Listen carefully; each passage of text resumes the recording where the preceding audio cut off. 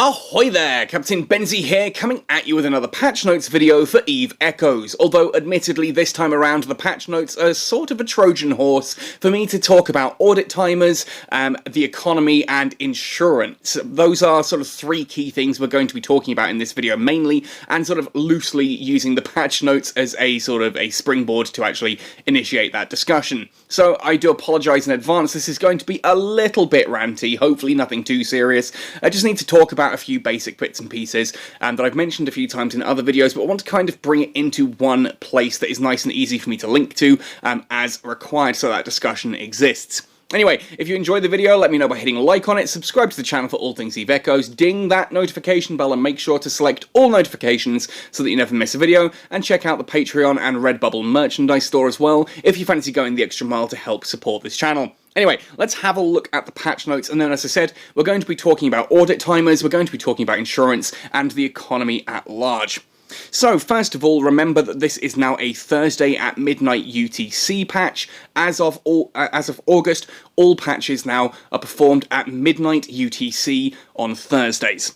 Anyway, updated estimated prices based on successful transactions in the market. There's a key point there that I don't think has been put in previous ones. Updated estimated prices based on successful transactions in the market. This means costs are actually going to be based on what things are selling at. As a key example of why that's important, if we're looking at, for example, the Meta Level 8 data and relic analyzers, these are currently selling for anywhere between 1 and 1.9 billion, so call it 1 and 2 billion. I actually managed to pick both of mine up for just under, at about 900 million, but between 1 and 2 billion is what these are being sold for on the market. Now, in my video on relic and data sites, I say that I don't think that they are actually worth that, which is why I paid only 900 million for mine. Because if you jump into a relic site, about 80% of the boxes you find will be strength 1, 2, or 3 required in order to break. You don't need the strength 4 box, the strength 4 analyzer, to break into most of the cargo containers. So you're paying a massive amount extra just to be able to open the last 20% of the boxes that don't actually contain any more or anything different from the other 80% of the boxes. It's literally, you've got a full loot pool, and with a Meta Level 3 analyzer you'll be able to get 80% of that loot pool, and every item is available, just you're only getting 80% of them, if that makes sense.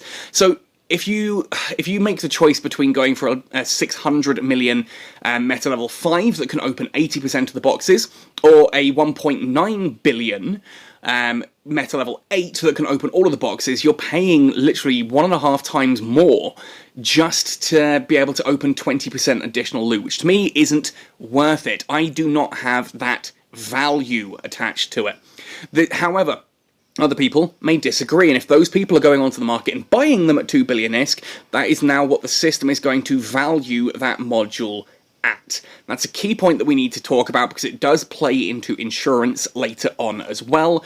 If you are paying money for something, then you value it at the amount that you are paying. It's a key economic concept there. If something costs more than you value it at, you are likely to not purchase it. If you walked into a restaurant and they were charging $25 for a small hamburger, your value of a hamburger doesn't reach that $20 price tag, $25 price tag, you therefore do not pay for it. If, however, you walk into a restaurant that's got a big sale going on, because in my imaginary headspace restaurants have sales now, and that same burger is now on sale for $5, you're sitting there thinking, oh, well, I would have paid $15 for it. That means when they ask for $25, I'm not going to pay for it, but now that they're only asking for $5, damn straight I'm going to pay for it.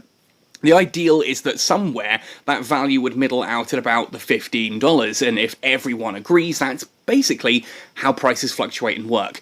Supply and demand, though, does come into this as well. Obviously, if there is not much supply and a lot of demand, then prices go up. On the other hand, if supply shoots through the roof because it's a really common object, and demand is really low because no one wants it, then prices crash. That's the difference between looking at, for example, some of the Dead Space level loot, which is high demand but low price, compared to, say, Mark III or civilian gear, which is very high supply but very low demand. Anyway, we're talking about that a lot. I will hook back into that later on.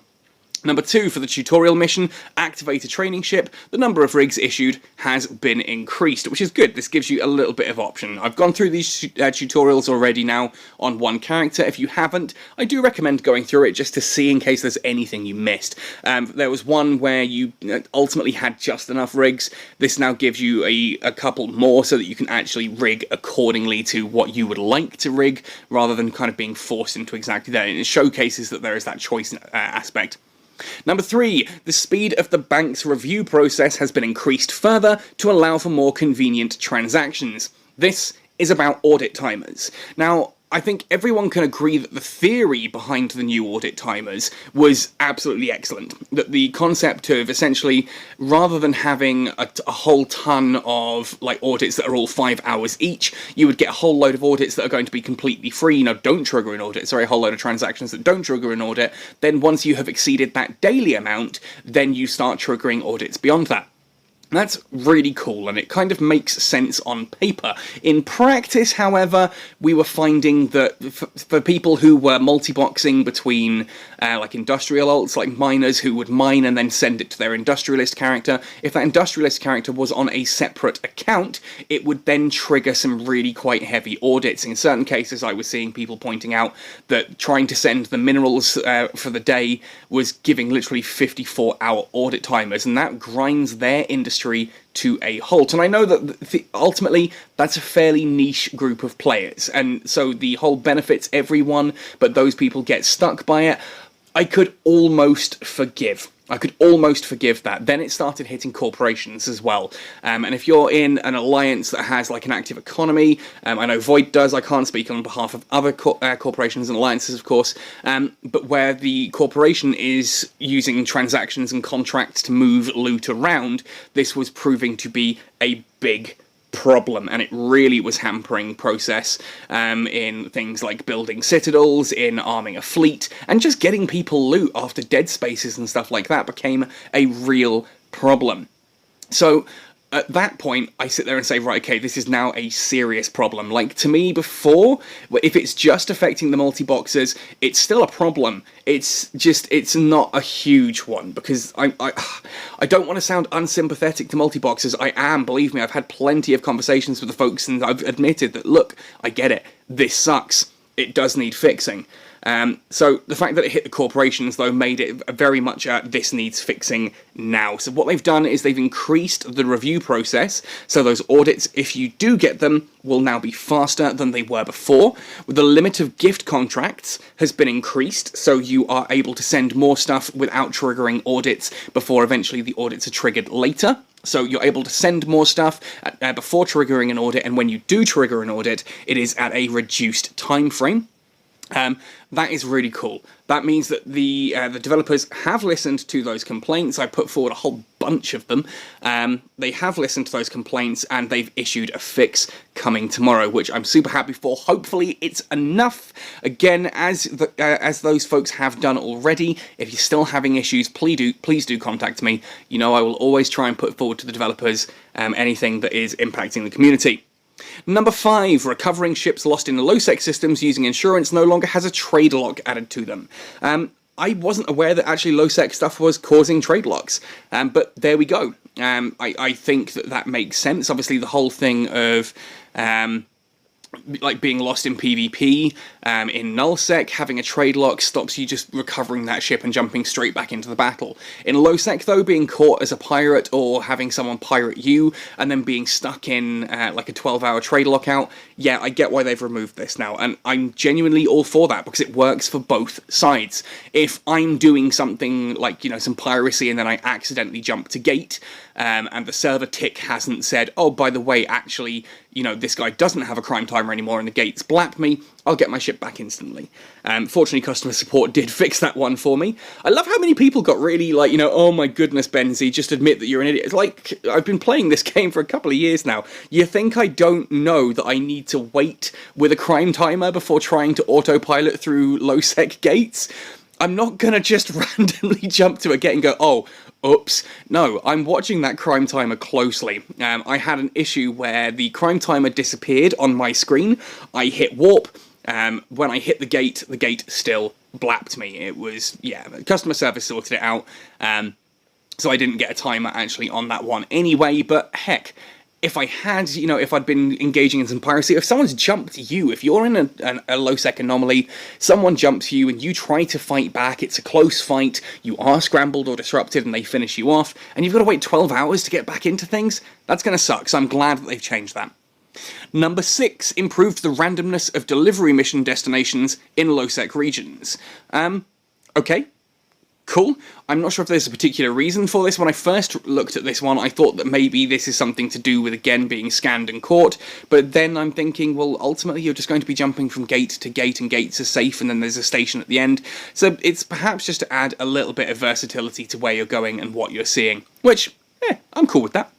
Number 7, improved the process of checking extraction mission completions in low-sec regions. What? Improved the process of checking extraction mission completions in low-sec regions. Is that referring to mining?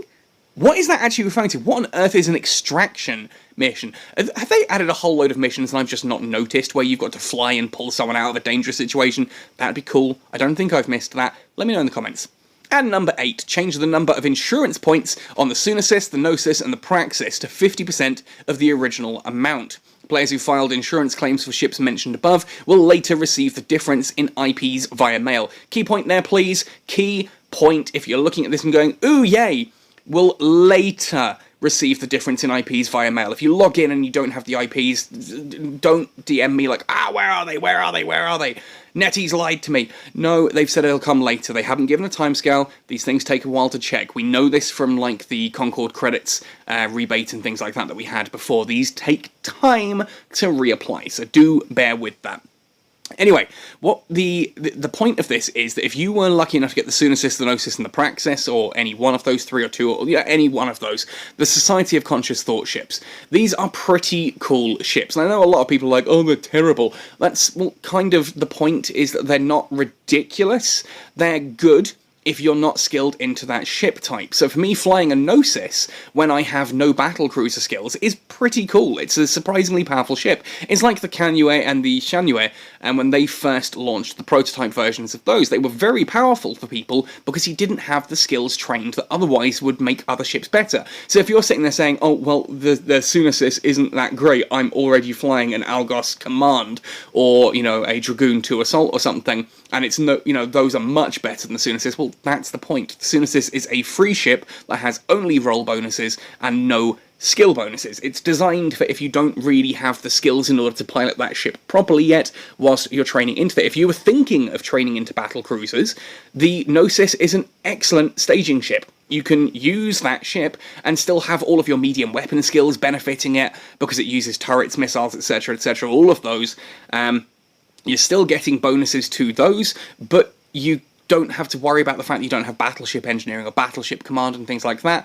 As you train those skills up, then other battle cruisers are going to, or battleships if you're using the Praxis, are going to become better ships than it. They will overtake it. It's a good starting point whilst you're training, and then the ship class that you're training into will then overtake that free version, the Society of Conscious Thought version, and come to the top. The problem with these ships is that their insurance points were absolutely insane. In fact, the kill mails are still a little bit off as well. I saw one the other day that went down, and it's like a 40 million-isk kill mail, and it's like, that's really not much, especially when it's them requiring 9,000 insurance points, like billions of ISK worth of insurance points to insure it.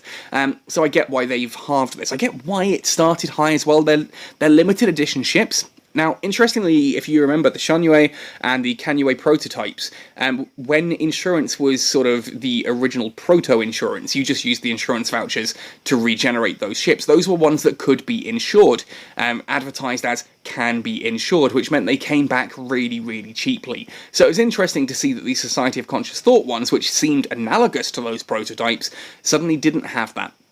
And suddenly cost an awful lot of insurance points. If you were worried about flying one of these, because they are great for PvP, they get bonuses for scan radius and for any weapon types, they're excellent just to take out for a bit of jolly piracy. If you were worried about losing those in insurance points and having to spend your entire bank of IP in one go, well, this is a nice fix for it. They're now better and cheaper to insure. We'll go through the bug fixes quickly, and then I need to jump back because there was some stuff I wanted to talk about, as I said, in regards to insurance, and that was the sort of spring point there, but I want to do the bug fixes quickly. Issued compensation for the recent server latency issue. All players are logged into the game during the first week after server launch are eligible. That's probably skill points, so yay for more skill points. Due to errors in resource extraction data. This is the planetary resources. Awesome. We're getting 50,000 skill points as compensation. Nice, that's a few skills topped off for me. Fixed an issue with the focus fire command, caused drones to fire regardless of whether or not the target was in range. Yes, we saw this one. I had a worm that was engaging at distance of like 140 kilometers. It was awesome. You had to use the focus fire and it would send the drones in regardless of whether or not you were in drone command range. I am glad that's fixed. Once I noticed that that was a problem, I did sort of swap to not doing that, because if you find a bug in EVE, my biggest tip is don't exploit it. CCP in the past are known to literally ban accounts and go, well, you knew it was an exploitable bug, what did you think? Just don't risk it. If you find an exploit, let the devs know, and then don't do it. Like, seriously, don't do it. I don't want to have anyone come crying to me and go, oh, they banned my account because I was using that exploit. You have been warned. Fixed an issue where some upgrade materials for the Will of Steel core were incorrect. Fixed an issue where the Tungsten Age core for faction cruisers couldn't be traded. That's good. This was a small bug that came up. I noticed some people complaining they were having issues trading them, despite the fact that they are blue nanocores. That's now been fixed. You'll be able to trade those. Fixed the planetary resource error caused by the last update. This means that all of those planetary resources, as they were before, are going back to how they were. So if you had arrays on planets because you had perfects or things like that, they are going to be perfect again after this update, which is awesome. I didn't change mine personally. I'll be honest, I'm not particularly hot at keeping on top of my PI anyway, so it was easier for me to not bother changing it, just leave it there and expect a bug fix at some point, and it's now there. Fixed an incorrect pass mission completion push notification, don't know which one that is, but it's nice it's fixed. Fixed various text display errors, fixed an issue where saved locations couldn't be converted into bookmarks. I know someone in Void had this the other day, we were trying to figure out how on earth, what they were doing wrong. Fixed an issue where it was possible to force attackers to stop targeting a capture layer outpost by exiting control of the outpost. Ooh, nasty little bug, that one. Fixed various data errors with some combat tutorial missions, and fixed an issue where tapping more in advanced tutorial mission details would cause the menu to glitch. Cool, so we've got those fixes. Now it's time to jump back into the bit here about insurance. Now, I mentioned that there was going to be a little bit of an insurance rant in this one. Here it comes. I will put a timestamp in the description below for this as well, because I do want to be able to actually reference this in future videos. Now, for a long time, people have said to me, hey Benzie, what do you think about insurance? It's crap, right? It's killing the game. It's destroying absolutely everything. Industry's gone right the way downhill. What the hell are the devs doing? Why don't they do the CCP ISK version that we have in EVE Online? And I've kind of put off doing a video on this because, you know what? I want to do positive, happy content. I don't want to have to sit there and say to people, you're wrong. Stop complaining and just get on with it. But that's basically what we're going to do now. Insurance. The concept of insurance is simple. You are outflying a ship, you lose it to a dumb decision or a glitch, and if you've got sufficient insurance points, then bam, you can bring the ship back. And yes, of course, you can buy those insurance points with Plex, which can be earned in-game using ISK. You can buy Plex off the market with ISK, or you can open up your credit card and buy Aurum, which you then convert into Plex that way. It works both ways. So every time someone says, oh, it's a way for the devs to money grab more from you, oh, those evil developers wanting money for the game they work hard on. Ultimately, yeah, of course, there is a certain amount of we want another way to get paid, and if people are going to do stupid things and want to have the insurance to cover their asses before they undock, and they choose to pay to do so, awesome. For the average person, though, insurance doesn't tend to be too difficult, especially since, I'm going to use Vetamune as an example here, the guy could be running around in Stabber2s blapping everyone in the face if insurance was cheap and readily available to absolutely everyone, but he doesn't. He uses the Stabber Fleet issue because it's cheaper and he still has fun with it, and that's kind of the key point here. We need to expect that if you're going to make the argument that Plex, and insurance points are expensive, then that means not everyone has their biggest blingy ships insured. And if they lose those, they're still going to have to go to the market and buy a new one, aren't they? That's a simple fact of logic. If you are going to say that insurance is expensive, then people are not going to use it all the time, and therefore they are going to lose ships that need to be replaced. On the other hand, when a ship is destroyed with the insurance points system, you can get most of the loot back. If you lose your ship in PvE, then it is, it's relatively straightforward to jump back in and loot the stuff that you've dropped, then restore your ship, and you've got everything 100% back. You've got the actual ship, and you've collected the modules that the insurance would not have covered that dropped. That, for the most part, negates your losses in PvE, which is the majority of players in this game. We're going to come back to that bit later. On the other hand, again, this then does create a defined industry. Yes, I know, you're going to tell me, but yeah, but the whole thing is that, these are not very lucrative. That's the prices. Ultimately, this again comes down to market valuation, which we talked about at the beginning of this video, and I said put a pin in that, we're going to come back to it. Market evaluation. Something is only worth what you're willing to pay for it. And if people aren't willing to pay for stuff, if they're not willing to buy stuff, then market valuations go down. And there's a famous one from Reddit of people saying, like, oh, there's like 25 succubus orders on the market and no one's fulfilling them. And I'm thinking to myself, why? Why is no one fulfilling that? Surely that's easy-isk. And I got laughed out of Reddit, and I'm sure that those people are going to crop up in the comment section of this video and tell me that I'm still wrong. The point is, those succubuses weren't particularly lucrative because no one was really flying them. Why is no one flying them? Because they're expensive to replace. That's kind of the key point here. Insurance inspires players to undock ships that they otherwise wouldn't, knowing that they can get them back. If insurance was not in the game, you would have fewer people risking their expensive ships. And if they're not going to undock those expensive ships, they're not going to get them destroyed at all. So you can sit there and cry that your profit margin on the succubus might only be 50 million ISK, whereas if you're selling a brand new succubus on the market, you'd get 150 million. The point is, if no one's undocking that ship and losing it, you're not going to get either. That is a simple fact here. If no one loses that succubus, they're not going to pay you the 150 million ISK profit margin for a new one, are they? Like, they're not just going to buy another succubus just because the hell of it. Another succubus that they're never going to undock because they don't want to lose all of that ISK. They never do anything risky with it. Ultimately, EVE is based on risk. People undock their ships, they do stuff, they lose those ships, they buy new ones. And the basic argument for, insurance killing the game, in inverted commas, is I can't make the runaway billions I used to make in this game anymore. And yeah, sorry, that's where you lose my sympathy.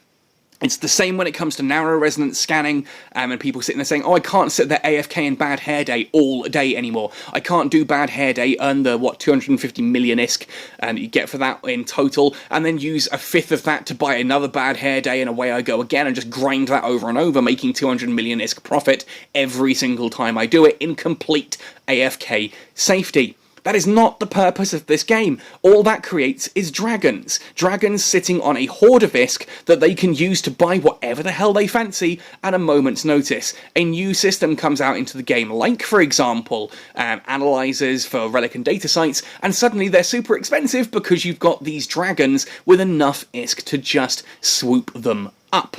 Now, I know what you're going to say, that when it comes down to it, hang on, they introduced scanning back in May and we're now in August and you're saying that the dragon effect is still there. Yes, because that's how much ISK these players had to begin with. Until such time as they really start losing a lot of stuff, then that's going to be the situation. And many of these dragons have found ways to overcome this. They are fitting multiple warp core optimizers into their ships. They're taking a little bit longer to do their missions because of it. They've lost DPS and, other safety measures and things like that, but as someone who's been jumping into these, I've watched Dominix's flee from a worm because these players just don't want to engage. They just don't even want to run the slightest risk of a PvP loss.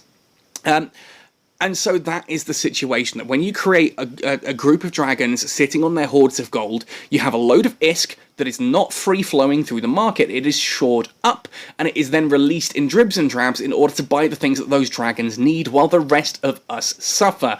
Now again, political Benzie alert here. This is basically what's happening in, well, most of the world at the moment, where you've got these super rich billionaires who have leached off their countries by using tax avoidance loopholes and things like that, and they're now going on a penis measuring contest in space at taxpayers' expense. But let's not go into a huge ramble on this one. You know I'm right, and I know there's going to be some Elon Musk defenders in the comment section down below, because boy, the guy said 420 once and y'all just lapped that up.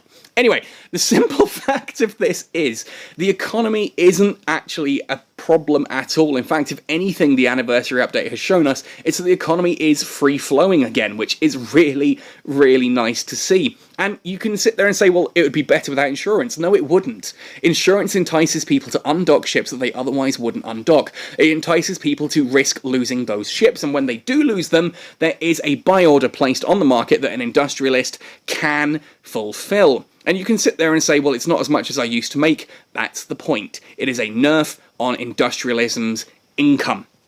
Because the clear situation that the devs are going for here, with one notable exception, is higher risk is higher reward. If you want to do top tier level 10 ratting, then it requires an amount of input into the game. You need to be present at your device in order to make those big bucks. The less present you are at your device, the less buck you make. So as you come down from ratting into things like mining, mining is pretty chill. It's nice and easy to AFK it, but you do still have to be in the game, and there is the possibility that your ship might get blown up if you fall asleep whilst mining. So there is a little bit more risk there than there would be in other scenarios, but it's still pretty chill and lax, which is why it doesn't make as much ISK as ratting does. Then we come all the way to the very bottom of the list when we have industrialists.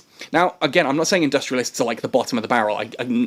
Hear me out. What I'm saying is an industrialist can open up their phone, grab the materials off the market, build the ship, and then just shut the phone down. Leave it to build. When that finishes building, they just add it back onto the market, and again, they close the phone down and keep going that way. Industrialism as a job does not require your presence at the device, other than basically to press the on button from time to time. You just sit in a market, sit in a station, and convert stuff into... You just make money. You just generate ISK that way. It is a less involved playstyle, and therefore it earns less ISK. Same with hauling. Haulers have known this for a while because they can AFK autopilot from high-sec system to high-sec system to high-sec system and know that there's just dedicated money on the end there. They're not making as much as ratters, but it's because they don't have to have as much input. It's something you can do under the desk whilst your boss is sort of, you know, checking and making sure everyone's doing their job. Back in the days when we all had offices.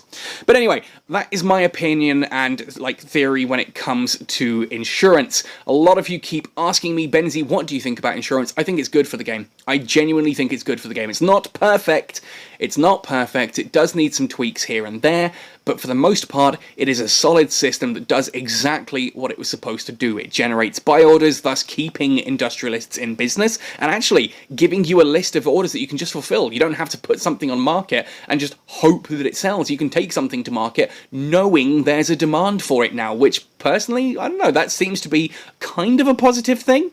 And on the other hand of it as well, it entices people to undock ships they otherwise wouldn't. As for the whole, why don't they just give you ISK back? No. CCP themselves, EVE Online, have said they regret the way that they put insurance in, but it's too late for them to really change it now. It would cause too much of an outcry. It is so exploitable. There are so many problems with that ISK system that the people just want you to ignore. And ultimately, the reason that people want the ISK system is just to push that ISK straight back into the industrialists. It is a way of shoring all ISK back into industrial dragons. We've got rid of ratting dragons, we've now got rid of industrial dragons. We're trying to get to a situation where everyone has sort of the capability of earning ISK and moving that ISK through the market based on their input, based on their, you know, their efforts. rather than just shoring up tons of ISK that never gets used and just causes mass inflation on the market. Anyway, this has been a long and rambly video, and I can hear you furiously in the distance tapping away on your keyboards to tell me exactly how wrong I am about absolutely everything, and I welcome it. I'm looking forward to that discussion in the comment section down below. I know this is an incendiary topic, I know there's a lot that we've talked about here, and I do wholeheartedly expect some nice engagements with you in the comment section. Again though, when it comes to people getting sweary and calling me an idiot and stuff like that, you're just going to have to comment removed at best and blocked from the channel at worst. You'll still be able to watch the content, just no one will see your asinine comments anymore. You have been warned. But that's... never mind. I'm not going to go into this one. If you have a problem with that, message me and I will ignore it. Anyway folks, thank you for watching right the way to the end of this one. Happy sailing and see you in New Eden!